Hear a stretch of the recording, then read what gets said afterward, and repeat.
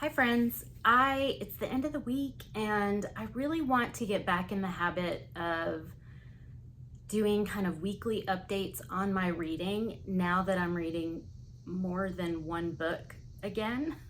I also want to give kind of some updates on some readathons that I'm doing, and we're going to start with the first book that I'm actually buddy reading. This is Jane Seymour, The Haunted Queen by Alison Weir. This is book 3 in the Six Tudor Queens series, and I'm buddy reading this with Melinda at A Web of Stories. Melinda is a history buff. I think that was her major in college, and she definitely knows more about the royal family than I do. With that said, this is probably the most tame book of the Six Tudor Queens, and I don't mean that in a like spicy way. Alison Weir is not really spicy like some of the other Tudor series have been,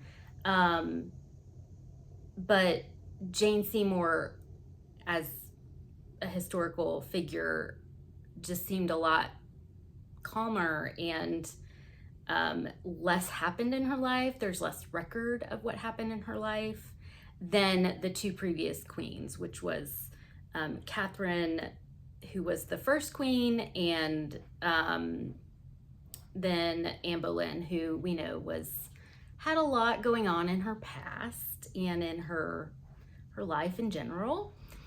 And Jane is the one that wanted to be a nun to begin with in her life, and then she ended up in court serving, first she served Catherine, and then she served Anne Boleyn for a bit, and then became queen herself. So I didn't know that much about that story, so this is really interesting. We are about to finish it, and I can't say that I have learned that much more about Jane Seymour. I mean, there's some things that are really interesting, and having some context of what she might have been like as a person, and her family. She has a very big family, and they kind of all have different parts in the royal family and different kind of storylines that I am familiar with.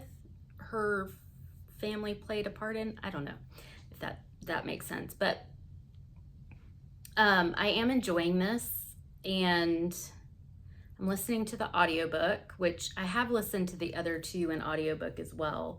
They're really well done, and I hope to finish this probably this weekend. It would also count for Big Book Summer.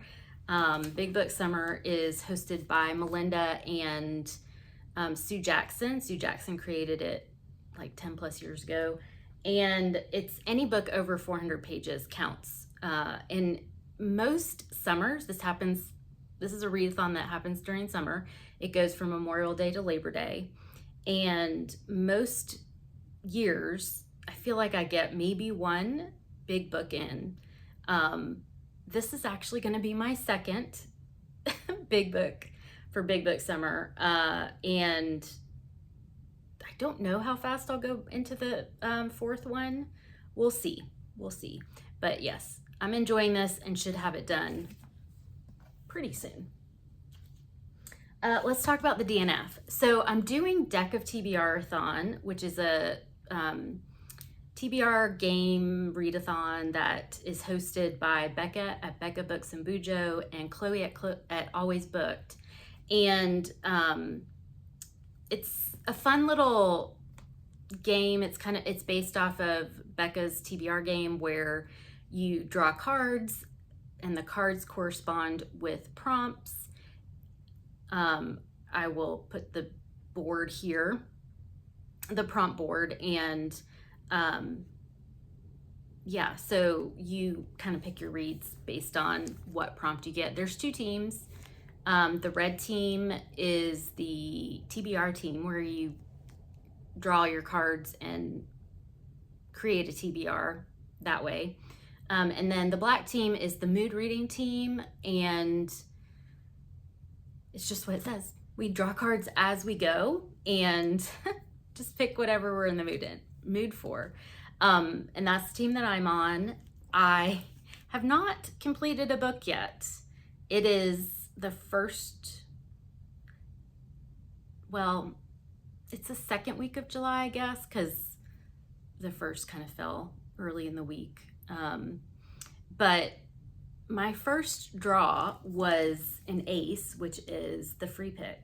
And so I picked a library book that I really wanted to read, Death of the Author by Nnedi Okorafor. I was skeptical on how much I would like this because it is a novel within a novel, and I don't always do well with those. I got about 70 or so pages in, enough to where we meet the main character, Zilu, who is the author, and we also get some of the novel that she writes. I liked it okay, like the writing style, I liked it okay. I just had no interest in picking it up. It just wasn't a story that was grabbing me. And I don't know really if it's just the structure of it, because it would go from one sister. Zilu has a number of siblings, and it starts off with one sister, and then it would go to Zilu, and then it would go to the book she's writing, and then it would go to her father, and different perspectives, and it's just a lot of jumping around. From what I understand from other readers, it seems like you kind of have to wait till the end to see how it all connects together, and I'm just not good with that. Those type of novels, I have to kind of know what's going on, or kind of have some guesses as to what's going on. So I did DNF. With Deckoftbrathon, you can't count it unless you get 50%. So if you DNF at 50%, you would count it. I did not. I could not see myself getting to 50%, because that would be 200 pages. And yeah, it's just not a book for me. So that's a DNF, unfortunately, because it has disability rep in it, and the disability rep was spot on, perfect. Like, not perfect. Shouldn't say that, because, you know, nothing's perfect, but it was really, really good. Really good disability rep. So I'm also doing Ketchupathon, which is hosted by Krista at Books and Jams, Amy at Amy's Bookish Life, and Destiny at Desi Reads. I will link their channels below, and it is basically a game or readathon that helps you catch up with Book of the Month books, or your physical TBR, or your Kindle books, whatever TBR that you need to catch up on. And I am doing Book of the Month books. I did cancel my subscription, but I do have a bit of a backlog to read. I will also link my Ketchupathon TBR below that I'm hoping to get to. But I'm also, because I'm doing Deckoftbrathon, they kind of have to, yeah, I have to go by the prompt that the card that I draw gives me. So I'm not going to tell you which cards and which prompts, because I am vlogging that. So I will let you know that I am getting back into King of Ashes by S.A. Cosby. I started this when I got it last month and just had to put it down. I was reading too many things at once. So back into this and enjoying it. And then I'm also reading Crying in H Mart by Michele Zauner. This is a memoir about grief and losing your mother. So yeah, it's been there, done that. And It's not an easy read so far, but I've put it off for a number of years since it came out, and now I really do want to get into it, so we'll see. That's where I'm at for July so far. Let me know in the comments below what you are reading, if there's things that you're enjoying. If you'd like to find out what I do read and how I do with these readathons, definitely subscribe, and I will be back soon with more reading content, life content. I do owe you a chronic illness chat, just a little update. I hope you're doing well, and I will see you very soon. Bye.